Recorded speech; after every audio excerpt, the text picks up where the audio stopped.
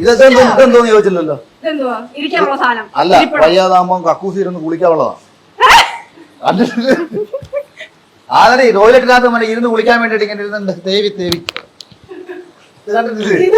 അതായിരുന്നു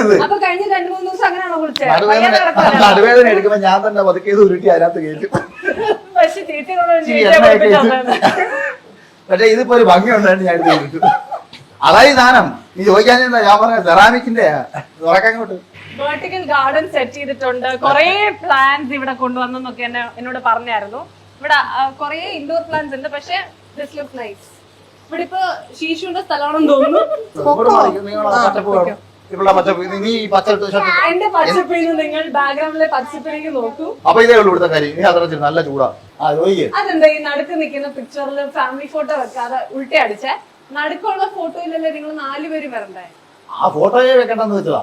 അതെ, അതിനകത്തൊരു സൗന്ദര്യം ഇല്ല. ആർക്ക്? ലക്ഷ്മിക്ക്. ഇത്രയും ഭംഗിയായിട്ട് എന്റെ ഭാര്യ സൗന്ദര്യം ഇല്ലാത്ത ഫോട്ടോ ഞാൻ ഒരിടത്ത് വെക്കത്തില്ല. എന്നിട്ട് സൈഡിൽ അത് ഞങ്ങള് 4 പേര് ഞങ്ങൾ അങ്ങനെ ഫോട്ടോ ഒന്നും ഇല്ലടി.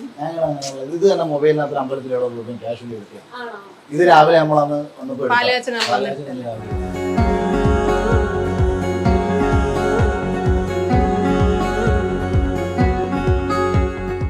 ഇത് എത്ര BHK? 3 BHK. ആർക്കൊക്കെ 3? ഒന്ന് നിങ്ങക്ക് 2 പേർക്കും, ഒന്ന് അടിക്കുമ്പോ 2 പേര് 2 റൂമിൽ കിടക്കാൻ, ഒന്ന് പിള്ളേർക്ക്. അങ്ങനെയാണോ? എങ്ങനെയാ പ്ലാൻ? ഒന്ന് ഗസ്റ്റ് ബെഡ്റൂം. പ്ലാൻ വല്ലതും ഉണ്ടോ? അല്ല, എന്റെ അടുത്ത് ചേച്ചി എപ്പോഴും പറയും ഇവിടെ ഒന്ന് താമസിക്കാനൊക്കെ. ഈ മനുഷ്യൻ ഇവിടെ നിൽക്കാറുണ്ടോ? ഞാനല്ലേ ചേച്ചിയുടെ കൂടെ കൂടുതൽ ഇപ്പൊ സമയം. ഈ ഫ്ലാറ്റൊക്കെ ഒന്ന് ഓർഗനൈസ് ചെയ്യാൻ എന്നെ ഹെൽപ്പ് ചെയ്തത് എവളായിരുന്നു.